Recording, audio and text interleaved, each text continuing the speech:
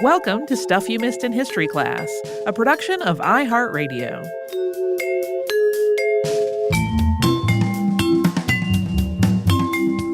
Hello and welcome to the podcast. I'm Tracy V. Wilson. And I'm Holly Fry. Before we start today's episode proper, we have kind of a, I think, special thing coming up. It's unlikely at this point that we are going to do any touring this year. We had some things on the calendar that had been scheduled that were, one-off appearances in places. Those have been canceled. I think the only one that we actually announced on the show was we were planning a July 5th show at the Adams National Historical Park in Quincy, Massachusetts. That has been canceled. One of our favorite things about these appearances is getting to talk to people who listen to the show and answer questions about the show. So we were thinking, since we're not getting to do any kind of touring this year, that we would have a Q&A episode with questions submitted by listeners. So we are going to be taking questions specifically for a Q&A episode up until June 12th. And then we will record an episode based on those questions shortly after that and put it out as an episode of the show. So if you have questions for us about episodes that you've heard or about how we do the show or just random things that you're curious about, send them along. We're at historypodcast@iheartradio.com. We, of course, will still be having questions for listener mail, parts of the episodes and stuff like that. But this will be a special thing that we'll put out as an episode of the show. So kind of excited about that. And now on to today's actual episode. I learned about these practice babies when researching the episode that we just had about home economics. And my response was like, what? Practice babies? When I was in school, home ec classes had parenting lessons that I'm putting in quotation marks that were about looking after a decorated egg or a sack of flour. At my school, this was not really about parenting, though. It was more about trying to discourage teen pregnancy by trying to simulate the stresses of having an infant using an egg with a face drawn on it. Practice babies, though, were not eggs. They were living, breathing babies cared for by college seniors who were temporarily living in home ec practice houses. And in most cases, the babies came from orphanages or child welfare agencies. And then after their time as a practice baby was over, in most cases, they were usually adopted. This whole idea tends to elicit pretty strong emotional reactions, especially from folks who are part of the adoption triad or people who have some experience with foster care or institutions for children. And the reasons why most of these babies were in institutions in the first place are definitely troubling. But as with the incubator sideshows that we talked about on the show late last year, this is a case where something that seems just clearly unethical and bizarre by today's standards at the time was actually probably doing more help than harm. And something we should note before we get started in talking about this, the history of adoption in North America includes a long-established pattern of placing Native American, First Nations, and other indigenous children with white families as a tool for assimilation and cultural eradication. And it is possible that this happened in practice baby programs at some point. But that is also not really documented if that was part of this story, at least not in the material that we had access to. Another important thing to note is that throughout the decades that we're talking about today, children of color were removed from their families and placed in institutions more often than white children were. And there were definitely home economics programs that had practice houses at schools for Black students, as well as home ec programs that were racially integrated. But overwhelmingly, the documentation that's available to us is centered on programs where the babies and their caregivers were or appeared to be white. So since we're going to be talking about some social issues related to adoption, we would be remiss to not mention all this and kind of pretend that it didn't exist. But based on the information that we have, issues that are specific to indigenous communities and to transracial adoption seem to be outside the scope of today's episode. The trend of practice babies as part of a home economics practicum ran alongside the development of home economics as a field. It was something we just covered in our earlier episode on the Bureau of Home Economics. But it also ran alongside changes to orphanages and to adoption and foster care in the United States. Most of the nation's orphanages were built in the 19th century as immigration and urbanization and other social and economic factors led to a huge increase in how many children were experiencing homelessness. Orphanages were attempts to move these children out of poorhouses and prisons and other facilities that were really designed for adults. Many of these children did have at least one living parent, but for a variety of reasons, the family couldn't or didn't care for them at home. Poverty was also seen as a valid reason to remove children from their parents' custody. Conditions in 19th century orphanages often were not much better than the prisons and workhouses that they were replacing. At best, they tended to offer very little in the way of care, education, entertainment, and stimulation. By the early 20th century, the United States was trying to move away from orphanages and to focus more on placing children with foster families. The nation also started to move away from using poverty alone as a reason to institutionalize children. But it wasn't until the 1940s that the number of children living in orphanages really started to drop. In terms of changes to the foster care and adoption systems, really, for all of human history, there have been babies and children who were raised by somebody other than their birth parents. So fostering and adoption have always been part of the human experience. But in terms of formal laws and processes, these didn't really start to develop in the United States until the middle of the 19th century. The first modern adoption law in the United States was passed in Massachusetts in 1851. Other states followed, with the details of these laws really varying from state to state. Research into outcomes for children who had been fostered or adopted didn't really start until after the first practice baby programs were established. The first major outcome study, titled How Foster Children Turn Out, was published in 1924. And it wasn't really until the 1960s that people started doing major research into connections between adoption and foster care and mental and emotional health. And by the time that work was being done, the last practice baby programs were already ending. There was some research into how being a practice baby affected children's emotional and mental health and development. And we'll talk about the specifics of that research later on in the show. But especially in the later years of these programs, those kinds of studies became a lot harder to carry out, in part because of an increasing focus on keeping adoption records completely sealed.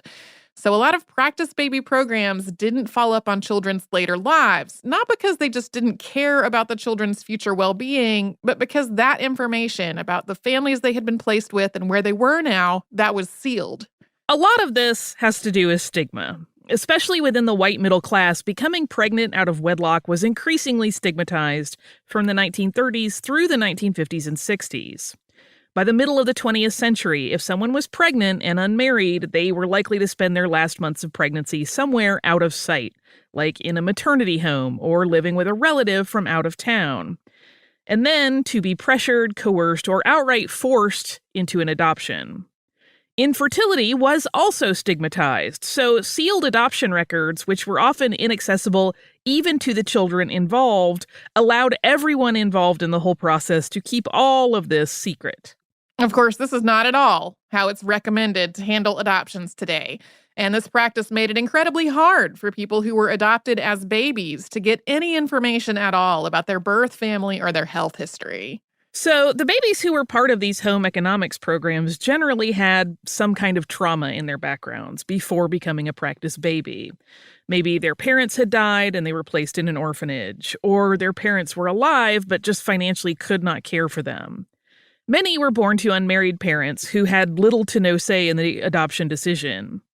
In a 1959 article in the Journal of Home Economics, Catherine H. Reed, head of the Department of Family Life in the School of Home Economics at Oregon State College, stressed that babies should be placed in practice houses only if these kinds of circumstances suggested that it would be in their best interests. College programs generally kept these babies' identities confidential. Students generally knew them by first names only, although they often gave them temporary last names that varied from school to school. So, for example, babies at Cornell University were giving the last name Domicon, which was short for domestic economy.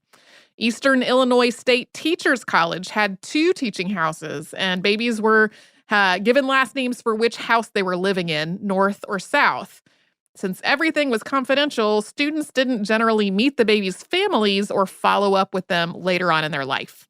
And we're going to talk more about these practice houses and the babies in them after we first have a sponsor break.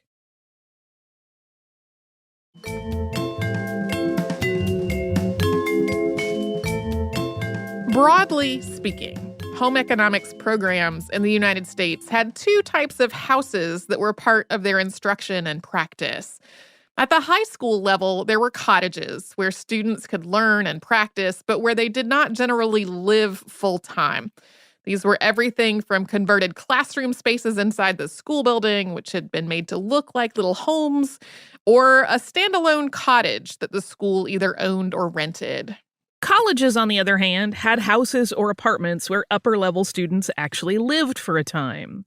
In the words of Dr. Louise Stanley, chief of the Bureau of Home Economics, quote, "It is a house in which groups of students, organized as a family group, live for varying periods and apply their home economic training to the solution of the different housekeeping and homemaking problems as they arise."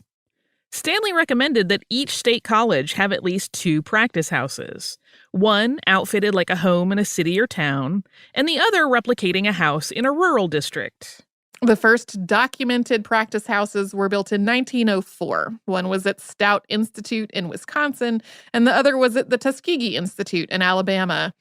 By 1920, there were 77 practice houses at colleges and universities around the United States, as well as some number of apartments that served the same purpose.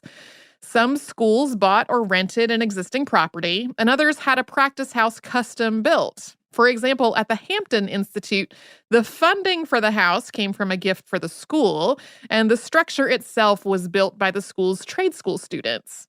The exact details of a student's time in a practice house could vary, but in general, it tended to involve 6 to 8 seniors who usually lived in the house for 6 to 10 weeks.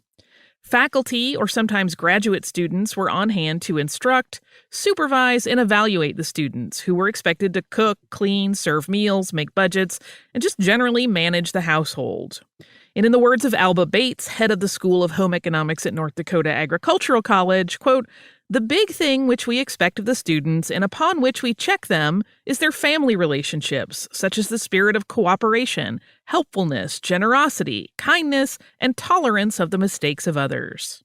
At some schools, these family relationships practiced in the house involved caring for a baby. This infant care was usually described as mothercraft, and mothercraft as a specialization was something that was introduced into American home economics programs following the establishment of the first mothercraft schools in England. That happened in 1914. As had been the case with homemaking in general, the home economics movement considered child rearing to be a worthy vocation that deserved study and refinement. Home economics approached homemaking through science, and mothercraft did the same with parenting. The mothercraft approach was very precise and regulated, with parents trying to establish set schedules for babies, with regular times for meals, baths, play, and sleep, and a diet that was carefully measured and managed. By the late 19-teens, it was generally agreed that practical study of mothercraft was critical to a home economics degree. Raising children was a huge part of a typical homemaker's work, so home economics programs that had no hands-on experience with childcare were just incomplete. This wasn't just about completeness for its own sake, though. A 1920 article in the Journal of Home Economics noted that under the Smith-Hughes Act, vocational contact was required for people who were going to teach home economics. So if you were going to teach mothercraft, you had to have some vocational contact in childcare in your own education in order to be able to do so. Schools approached this hands-on component in several ways. Some had daycare centers and preschools on or near campus, which were staffed partly or entirely by home economics students. Others brought infants and older children from the community to campus for supervised play and workshops. Or they arranged for groups of students to observe and interact with babies and children in their own homes out in the community. And some, as we've said, brought babies to live full-time in their practice houses. This same 1920 article outlined the first documented practice baby program in the United States, which took place at the University of Minnesota in 1918 and 1919. The university's 2 home management houses each had 1 child in residence in the spring and summer quarters. And although it became common to place children in practice houses as young as possible, in this pilot program, the babies were Russell, age 13 months, and Earl, age 21 months, both of whom had been living in baby homes since they were born. In this program, each student in the practice houses acted as a so-called baby manager for 1 week. She was on duty with the baby's care between 6 and 8 each morning and 4:30 to 6 each night. The baby manager was generally in charge and was responsible for the baby's laundry and for keeping up with documentation, including recording all of the day's tasks and monitoring the baby's progress. The other 3 or 4 students rotated through the rest of the day's childcare tasks, depending on how their own class schedules and commitments worked out. There was one brief window each weekday when all of the students were in the same class, at which point a faculty member or a home ec student who wasn't living in the house would come and fill in. Both Russell and Earl arrived at the university with some health issues that were associated with their time in the baby home. Both of them were described as listless and underweight with anemia and rickets. Russell also had eczema. But at the end of their 2 quarters in the practice houses, they had gained weight. They were showing fewer signs of nervousness and distress. Students reported that the babies became more active and more engaged. Their rickets had been resolved, and Russell's eczema was also under control. A doctor who examined both babies at the end of their time at the university noted, quote, "The improvement in the condition of these children speaks highly for your cooperative motherhood." Other programs followed from there pretty quickly. A 1920 survey found that of the 77 practice houses operating in the U.S., 16 had a child in residence. By the time these programs were phased out, about 50 colleges had brought babies into their practice houses. Although this episode and our earlier one on the Department of Home Economics have focused on the United States, there were practice houses with practice babies elsewhere as well. For example, the University of Manitoba had 33 practice babies in its home economics houses between the years 1930 and 1950. The details of exactly how these programs worked varied from school to school. For example, by the mid-1950s, Iowa State College had 6 practice houses for home economics students. Babies stayed in one of the houses for a quarter, and each group of 8 students lived in the practice house for half of a quarter. Each student had primary care of the baby for about 4 to 5 consecutive days. So by the end of each quarter, each baby had been cared for by 16 women in sequence. From the beginning, there was some debate within the home economics field about whether this was an effective way to teach mothercraft, and whether having so many caregivers could harm the babies in some way. But in the 1950s, public opinion started to shift as well. In 1954, Eastern Illinois State Teachers College became the focus of a huge national controversy surrounding a practice baby known as David North, who was only the second baby brought to the school. Dr. Ruth Schmalhausen had been hired at the college's home economics department in 1950, and the school's first practice houses came into use in 1952. They had actually been authorized before World War II, but because of the war, they were delayed. When the school started looking for practice babies, Schmalhausen went to Dr. Roman Haremsky of the Illinois State Child Welfare Division for help. However, Haremsky had some concerns about this program's potential impact on the children, and he refused to be involved in this. So Schmalhausen worked directly with families in the community. Eastern Illinois State Teachers College's first practice baby was Margaret Ann North, whose mother had been referred to the school by the Salvation Army home in Chicago. Margaret Ann's time as a practice baby seemed to have passed without raising any eyebrows. But in 1954, the college brought in David North, who had been born preterm and whose mother was unmarried. She had arranged for the school to take care of him temporarily so that she could return to work, also arranging for visitation rights and regular updates about his progress. However, after an article about the program ran in a local newspaper, Haremsky was livid, both because of his concerns about it and because the school had done all this without his involvement. He was also concerned that there was no father figure involved in baby David's life. He ordered Child Welfare Services to investigate. During all this, David's pediatrician, Dr. William K. Height, commented, quote, "The infant boy is in excellent physical condition. He has received physical care which is far superior to that given in the best foundling homes and in most American homes. Furthermore, he is loved, which is the basic factor in the healthy developmental environment. This child has benefited tremendously from the good start he is receiving and will show it for years to come." On January 12th, 1954, this became a national news story, with most of the coverage about it being pretty negative. Reporting focused on the evolving fields of psychiatry and mental health, and on concerns that women were abandoning their so-called natural role as wives and mothers in order to join the workforce. Time magazine ran an article about this with a photo of two students feeding David together with the caption, quote, "David North and mothers, heaven knows how many neuroses." Ultimately, Child Welfare Services found that since this had been arranged privately between David's mother and the school, and there was no adoption involved, it wasn't within their jurisdiction to intervene. Eventually, the furor died down, and David finished his time as a practice baby, and then a new practice baby, Amy North, arrived in the fall of 1954 with no public outcry. The furor over David North was tied to an evolving understanding of how an infant's early life affected their later mental and emotional health and development, which is one part of why this practice ended. We will get more into that research after a sponsor break.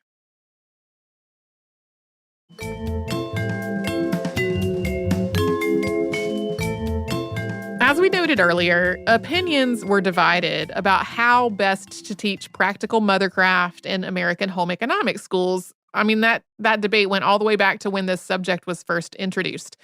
People questioned whether bringing babies into practice houses was the most practical or effective way to teach, and they questioned whether it was harmful or exploitive. Along with things like budgets and logistics and other practical issues, these concerns were some of the reasons why not every home economics program sought out babies for its practice homes.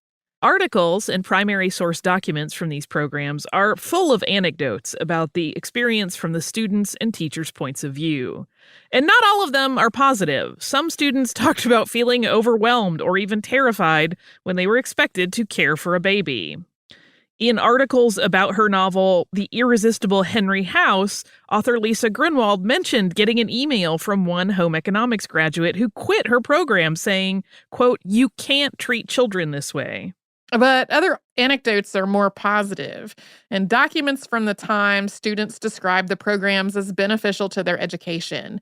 Everything from giving them practical mothering experience to strengthening their connection to their own mothers, to the baby's presence in the practice house transforming other domestic work from a drudgery to a joy. A 1920 article in Successful Farming quotes an instructor from the University of Minnesota as observing that the program allowed students to do kind of a trial run of the often frazzled first few weeks of parenthood in a more controlled setting with some experienced supervision. Anecdotally, the program could be beneficial for the babies as well. Archival documents from programs all over North America describe babies brought into the programs from institutions where they had been deprived. Babies who were malnourished with conditions like anemia and rickets, as we mentioned earlier, who just weren't very active or expressive and who seemed disconnected from the people around them. And then, after their time in the practice house, the babies were placed with adoptive families, now apparently happy and healthy. There are numerous reports of former practice babies being particularly sought after by families who wanted to adopt because they were considered to have been treated with the most up-to-date and sophisticated care. In the 1950s, though, the general concerns that babies might be harmed by all this started to be reflected in some psychological research. Most notably, psychologist Henry Harlow did a series of experiments with baby rhesus monkeys in the late 1950s. He separated the monkeys from their mothers and then placed them in enclosures with sort of surrogate mothers, one of them made out of wire and the other covered in a soft terry cloth. He made a lot of observations from this setup, like if a monkey was in an enclosure with both types of, quote, mothers, and Harlow put a scary wind-up toy in there, the monkey would go to the soft mother for comfort, not the wiry one. This was true even if the wire mother dispensed milk and the soft mother didn't. And the monkeys that had no soft mother in their enclosure behaved differently than the ones who did. They would scream or throw themselves on the floor if something scary happened, while monkeys with a terry cloth mother seemed more resilient and able to soothe themselves. Harlow's work folded into a body of research that increasingly suggested that a person's experience in infancy, including love, comfort, security, and stability, affected them later on. Some of this research involved children who had been raised in institutional settings where they were truly deprived of care and affection. And it quickly became accepted that an infant whose early months were severely deprived would show signs like listlessness, poor sleep, and failure to maintain weight, even with a diet that seemed like it would be sufficient. So just a general failure to thrive. In older children, issues included an inability to make close friendships or other strong relationships, a lack of concentration, and a range of mood and behavioral disorders that came to be called attachment disorder. Naturally, people started to wonder whether these conclusions could also apply to practice baby programs. In general, practice babies got plenty of care, but that was from multiple people rather than one primary caregiver with whom the baby could develop a strong attachment. The first formal studies into this question actually started before Harlow's research with monkeys. In December of 1933, a paper was published in the Journal of Experimental Education detailing the welfare of practice babies at the Iowa State College of Agriculture and Mechanic Arts home management houses. Critics had questioned whether the children there could, quote, develop the necessary feeling of security under such circumstances, and the American Vocational Association had appointed a committee to investigate. This committee carried out an 8-month study of the 3 children who had been practice babies at the college between 1928 and 1929, and then the 4 children who were there in 1929 to 1930. They compared them to other children who were within 2 weeks of the same age and the same sex and had been living in a boarding home or an orphanage. They also compared all of these children to control groups. These were children of the same age and sex who had been raised with their birth families in professional and non-professional households. The assessors conducted a range of physical, mental, and psychological assessments and had parents and caregivers fill out questionnaires. They concluded that the practice babies, as a group, excelled in intelligence, motor development, language development, adaptive behavior, and personal social behavior. They performed slightly better than both control groups in their motor development and slightly better than the children from non-professional homes in their personal social behavior. They were slightly behind the control groups in language development and adaptive behavior, but they, quote, compared favorably in physical health and emotional stability. The researchers only had 7 children to evaluate, and some of the measurements involved were really pretty subjective. But overall, quote, an analysis of the investigators' notes gave no evidence that the home management house children suffered emotionally because of their apparently complex social situation. They compared very favorably with the control groups in emotional stability.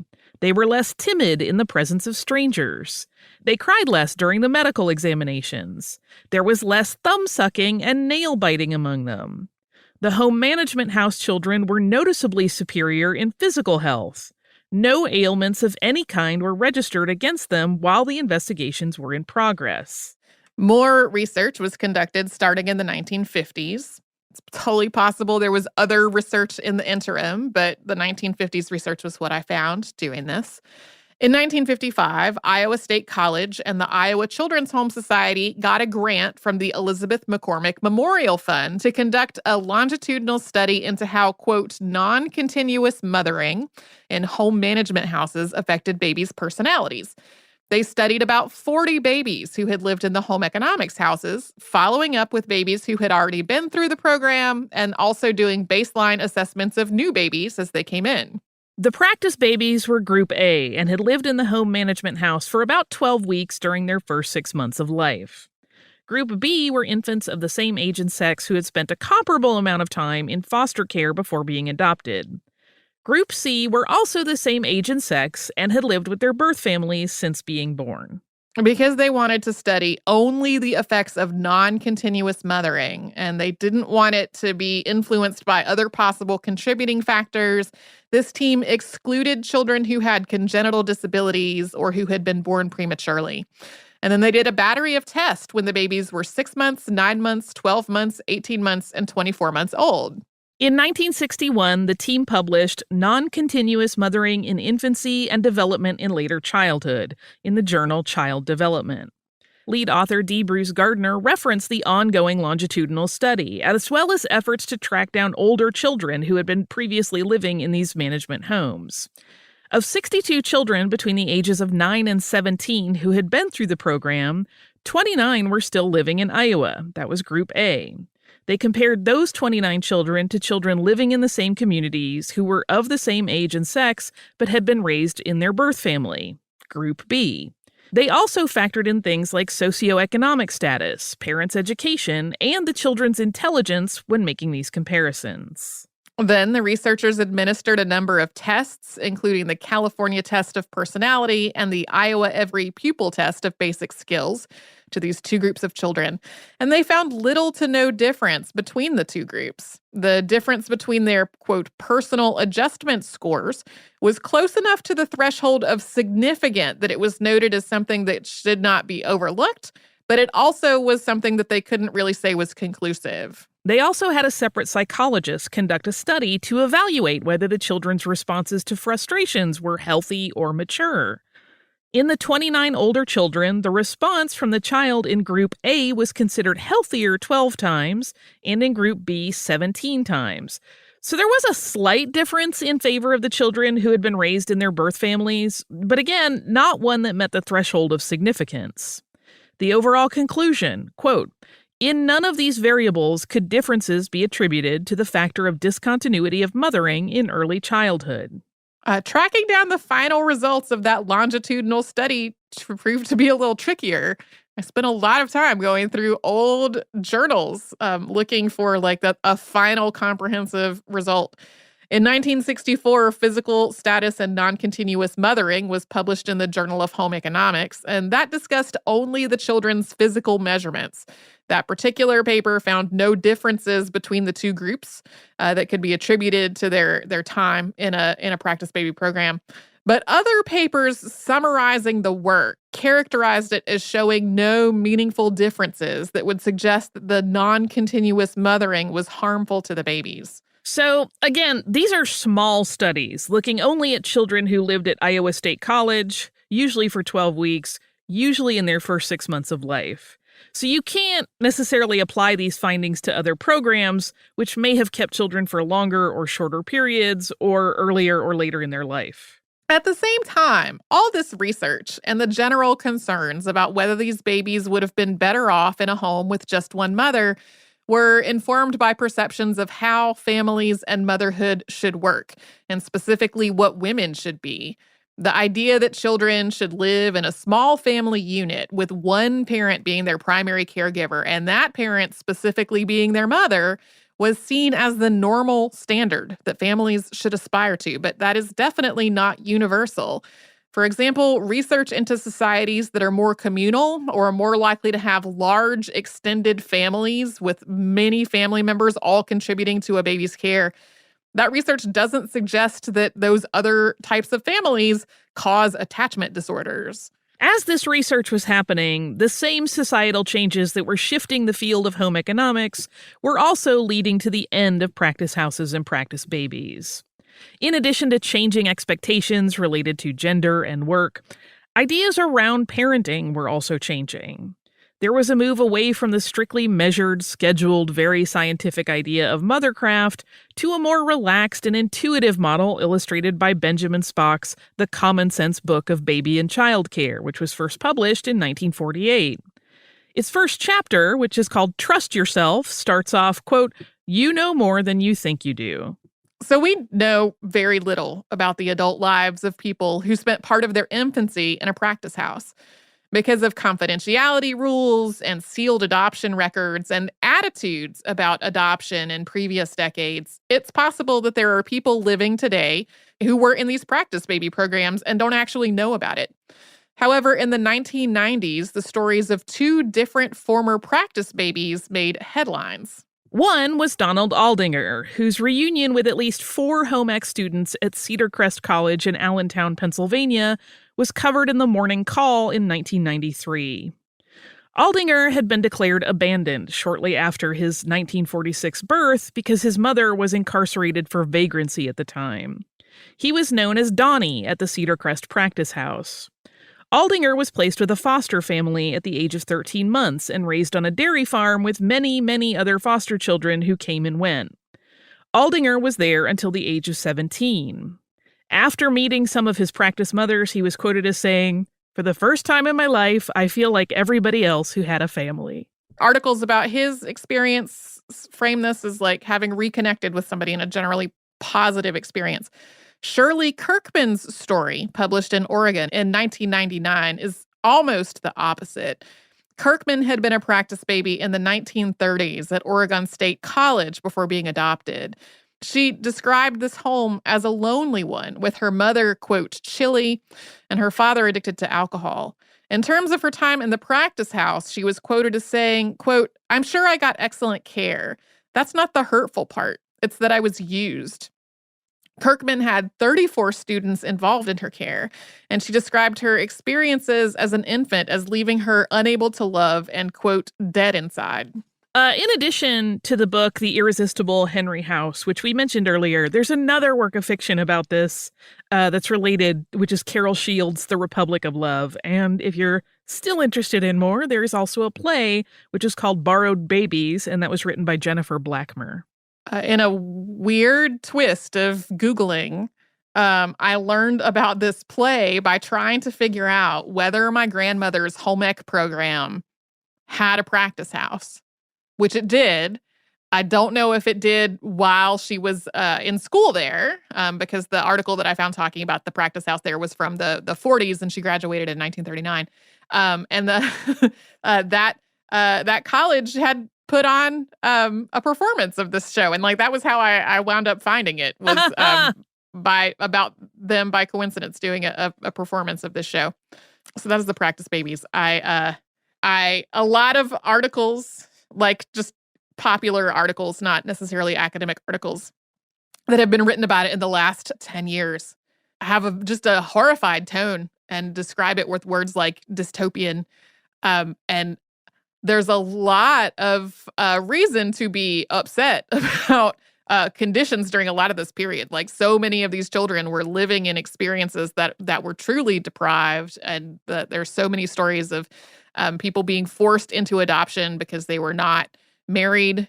And all of that to me is a lot more troubling than the practice house component of it.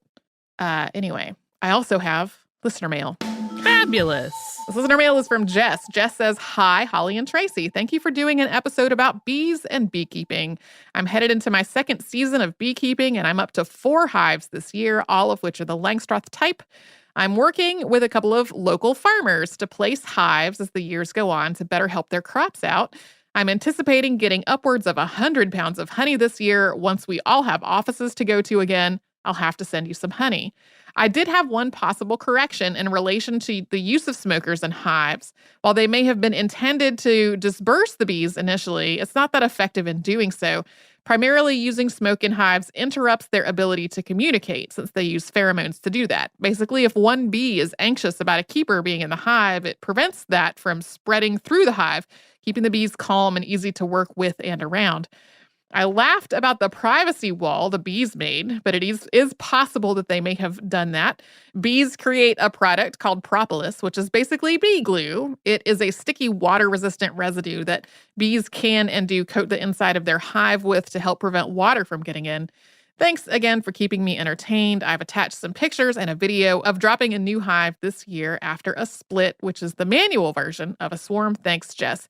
Thank you so much for sending this note, Jess. One of the things that I did not get into detail about in that episode was that while today, most of the things that are used in smokers are not considered to be harmful to bees, and it does have a pacifying effect. Earlier in history, some of the things that people have burned when dealing with bees have been things that were a lot more harmful. And in some cases were things that when burned would like really irritate or even kill the bees, which is of course not done today. And as I was trying to to like narrow down the immense history of beekeeping, that was one of the things that I did not really get into as much. I could not specifically say whether when I was talking about using smoke to drive the bees out, whether that was correct or not, because I rented that textbook and it has gone back. It is no longer something I can go back to check details without renting it again. If physical libraries were open, I could have gotten a physical copy from a fancy university library, but I could not. Anyway, so that is a little tidbit about the smoking and the bees. If you'd like to write to us, whether it's just for basic listener mail, or if you're interested in having a question in a Q&A episode that we're planning in the relatively near future, send us a note. We're at historypodcast@iHeartRadio.com. And then we're also all over social media at Missed in History. That is where you'll find our Facebook, Twitter, Pinterest, and Instagram. And you can subscribe to our show on the iHeartRadio app and Apple Podcasts and anywhere else you like to get podcasts.